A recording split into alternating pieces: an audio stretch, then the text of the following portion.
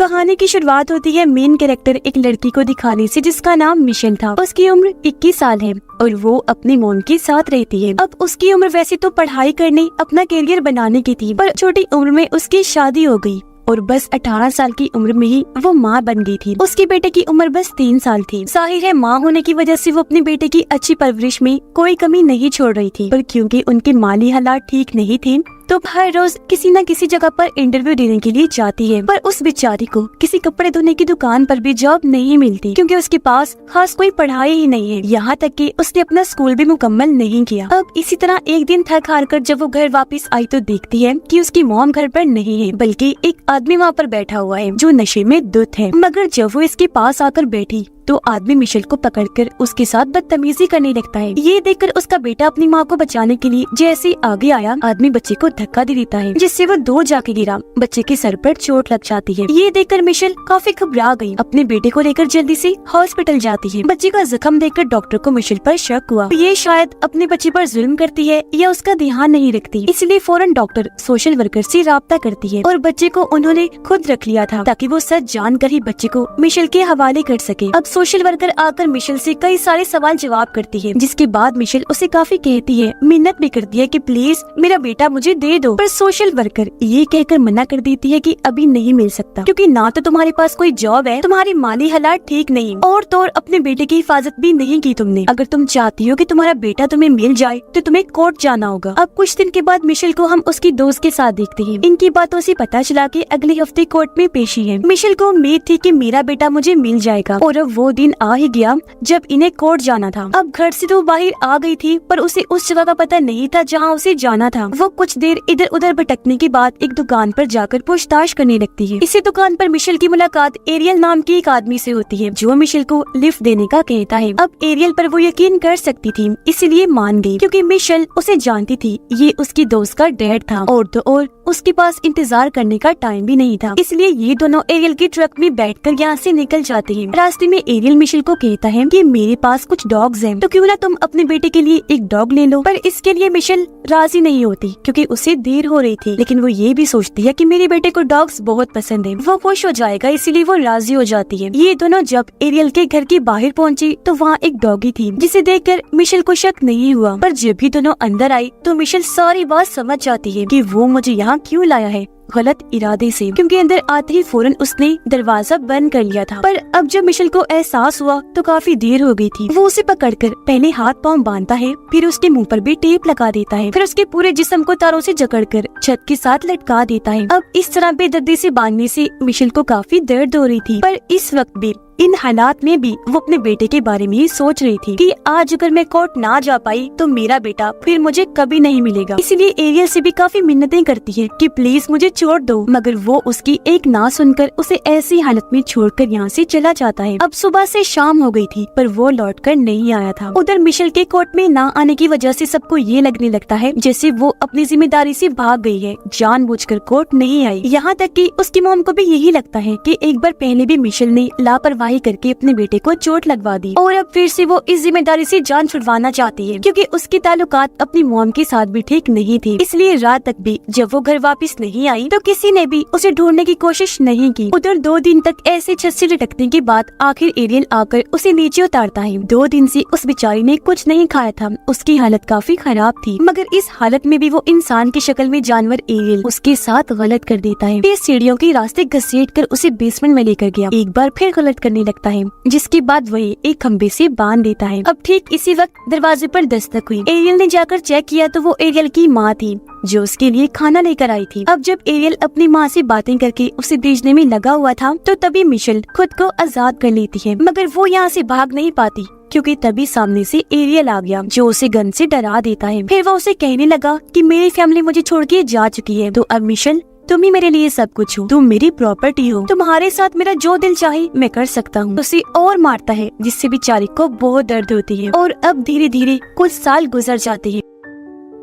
Christmas का वक्त था। मिशेल की हालत भी अब और ज्यादा खराब थी, क्योंकि इतनी सर्दी में भी एरियल उसे पूरे कपड़े पहनाकर नहीं रखता था। उसके साथ जानवरों जैसा सलूक करता, यानी मिशेल को उसने जंजीर से बांधा हुआ था। जब उसका दिल करता वो उसके साथ गलत करता और फिर उसे इसी हालत में छोड़कर वहाँ से चला जाता था। अब जिस कमरे में मिशेल को उसने रखा था, यहाँ एक टीवी तो था, पर यहाँ की हर एक खिड़की और दरवाजा लॉक था। अब ये बात एरियल काफी अच्छे से जानता था कि मिशेल को कोई नहीं ढूंढ रहा, वो यहाँ मर भी क्यों न जाए, किसी को कोई फर्क नहीं पड़ने वाला था। लेकिन फिर भी उसने हर दरवाजे और खिड़की पर अलार्म लगा के रखा हुआ था। एक दिन मिशेल को मौका मिलता है। एरियल की बेटी यानी मिशेल की दोस्त घर में अपने दोस्तों के साथ पार्टी करने के लिए आती है। मिशेल को जब पता चला तो वो अपनी जंजीर को बेड पर मार मार कर शोर मचाती है, ताकि वो लोग सुने और उन्हें उसके यहाँ होने का पता चल जाए। लेकिन चालाक एरियल तेज आवाज में म्यूजिक लगा देता है, इसलिए कोई भी उसकी आवाज नहीं सुन पाता। अब कई दिन और ऐसे ही करते करते गुजर गए। मार खाते खाते, जुल्म सहते सहते तंग तो वो आ ही गई थी, पर अब लग रहा था कि मिशेल इस तकलीफदी जिंदगी की आदी हो चुकी है। लेकिन उसने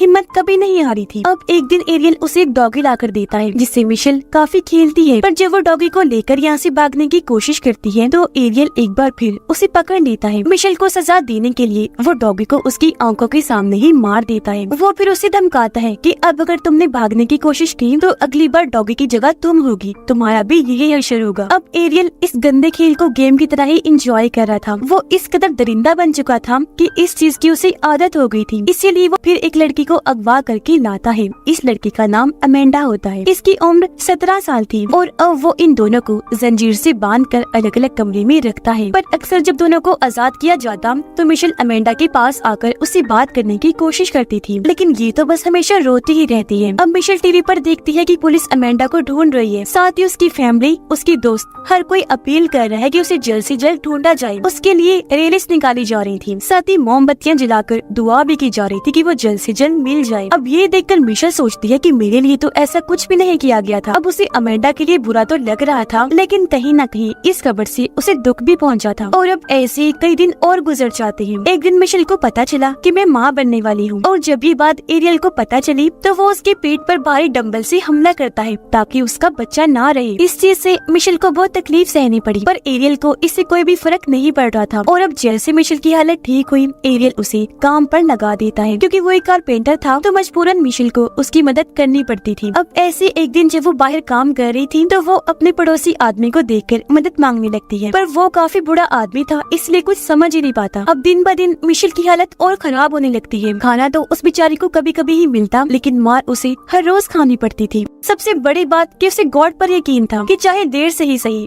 मैं यहाँ से जरूर निकलूंगी। कुछ दिन के बाद मिशेल जब टीवी पर खबरें देख रही थी तो उसे एक और लड़की के गायब होने का पता चलता है। इस लड़की का नाम जीना था, जो सिर्फ 14 साल की थी। ये देखकर मिशेल बस यही सोचती है कि इस लड़की के साथ न जाने क्या हुआ होगा और इसे किसने अगवा किया होगा। उसका ये सोचना ही था कि तभी उसे इस घर से किसी के चिल्लाने की आवाजें आने लगती है, जो आवाज और किसी की नहीं बल्कि जीना की थी। अब मिशेल और अमेंडा को घर के अंदर लाते हुए किसी ने नहीं देखा था, पर जब एरियल जीना को ला रहा था तो वो इतना ज्यादा चिल्ला रही थी कि एक पड़ोसन को शक हुआ। लेकिन बदकिस्मती से वो ये समझ ही नहीं पाती कि ये आवाज किस तरफ से आ रही है, क्योंकि तभी एरियल ने म्यूजिक चला दिया था। फिर भी वो पड़ोसन औरत पुलिस को बुलाती है। एरियल के घर की तरफ इशारा भी करती है कि मुझे उस आदमी पर शक है, लेकिन पुलिस वाला कहता है कि तुम्हें बस शक है, यकीन नहीं। तो हम ऐसे किसी को शक की बुनियाद पर परेशान नहीं कर सकते। यानी कि एरियल एक बार फिर बच गया था। इस लड़के जीना के साथ भी एरियल वही सब करता है जो इतने वक्त से वो मिशेल और अमेंडा के साथ कर रहा था। जीना से मिशेल को पता चलता है कि वो एरियल की छोटी बेटी की दोस्त है, तभी उसने लिफ्ट ली थी। यानी कि एरियल इस कदर पागल हो गया था कि वो इतनी छोटी लड़कियों को भी नहीं छोड़ रहा था,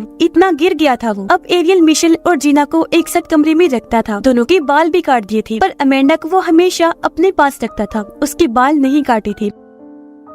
जीना के लिए भी टीवी पर खबरें चलने लगती हैं। उसकी मॉम डैड कैमरा के सामने आकर अपनी बेटी के मिल जाने की दुआएं मांग रहे थे। जगह जगह लापता होने की पोस्टर्स भी लगाए गए थे और ये सब कुछ वहाँ बैठी जीना देख पा रही थी। जीना के अंदर तो बिल्कुल हिम्मत नहीं बची थी, पर बड़ी बहन की तरह मिशेल उसे हौसला देती है, संभालती है, उसका हौसला बढ़ाती, दुआ करना भी सिखाती है। अब एरियल मिशेल के सामने ही जीना के साथ गलत करता था। उसे रोककर मिशेल कहती है कि इसके साथ प्लीज गलत मत करो, बेशक मेरे साथ कर लो। पर एरियल उसे ये कहकर मना कर देता है कि तुमसे कोई प्यार नहीं करता, ना ही कोई तुम्हें ढूंढने के लिए कुछ कर रहा है, तुम्हारा कोई भी इंतजार नहीं कर रहा, तो तुम्हारे साथ गलत करने का इतना मजा नहीं आता। और अब ऐसे ही कुछ दिन और गुजर जाते हैं। एक दिन मिशेल और जीना टीवी पर देखते हैं कि अमेंडा की मोम की मौत हो गई है। वो बेचारी अपनी बेटी के लिए ही रोते रोते मर गई। अब कुछ दिन के बाद इन्हें पता चला कि अमेंडा माँ बनने वाली है और इस बार एरियल ये बच्चा रखना चाहता था। अब जब मिशेल माँ बनने वाली थी तो उसने मार मार कर उसका बच्चा खत्म करवाया, पर अमेंडा से ये बच्चा चाहता था। ये सोचकर उन्हें काफी हैरत होने लगी कि अब क्यों उसे बच्चों से प्यार होने लगा।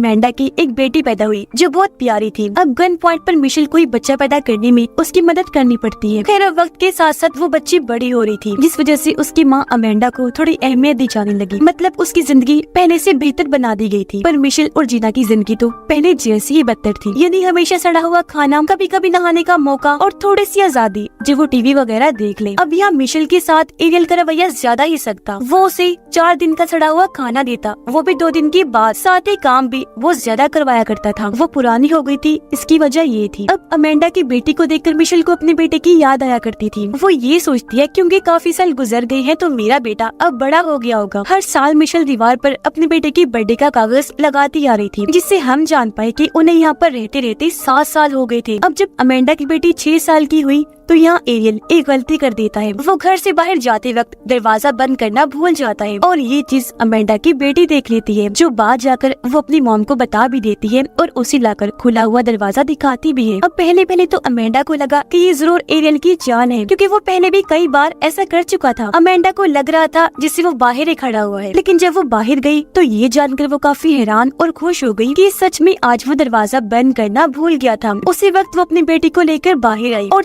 चिल्लाकर मदद मांगने लगती है। उसकी आवाज सुनकर कुछ पड़ोसी वहाँ आए, जो अमेंडा और उसकी बेटी को संभाल लेते हैं। ये पुलिस को भी बुलाती है। वो जब एरियल के घर पर चेक करने गई तो मिशेल और जीना को भी बचा लिया जाता है। वो लोग आजाद हो गए हैं। इस बात पर पहले तो मिशेल को यकीन नहीं होता, पर जब पता चला कि ये सच है तो वो काफी खुश हो जाती है और सबसे पहले अपने बेटे के बारे में पूछती है। पर फिलहाल उन तीनों को हॉस्पिटल भेज दिया गया। उनकी हालत ठीक नहीं थी और वो गहरे सदमे में थी। मिशेल की हालत तो ऐसी हो गई थी कि उसे आदमियों से अब सख्त नफरत थी, यहाँ तक कि वो अपने पास मेल डॉक्टर्स और नर्स को भी बर्दाश्त नहीं कर रही थी। वो चिल्लाने लगती है। अब अमेंडा और जीना को उसकी फैमिली फौरन मिलने आ जाती है। उनका पूरा साथ दिया जाता। फैमिली काफी सपोर्ट कर रही थी, पर मिशेल को सपोर्ट तो करना दूर की बात, कोई उससे मिलने भी नहीं आता। हॉस्पिटल से बाहर आने के बाद उसे पता चला कि मेरा बेटा जब 4 साल का था तो उसे एक अच्छी फैमिली ने गोद ले लिया था और अब वो फैमिली नहीं चाहती कि बच्ची को अपनी असली माँ मिशेल के बारे में पता चले। अब गवर्नमेंट की तरफ से मिशेल को रहने के लिए घर दिया गया, सिक्योरिटी और हर सहूलत भी दी गई। वो फिर कोर्ट में जाकर अपनी जिंदगी के बारे में सब कुछ बता देती है। इंसाफ मांगते हुए कहती है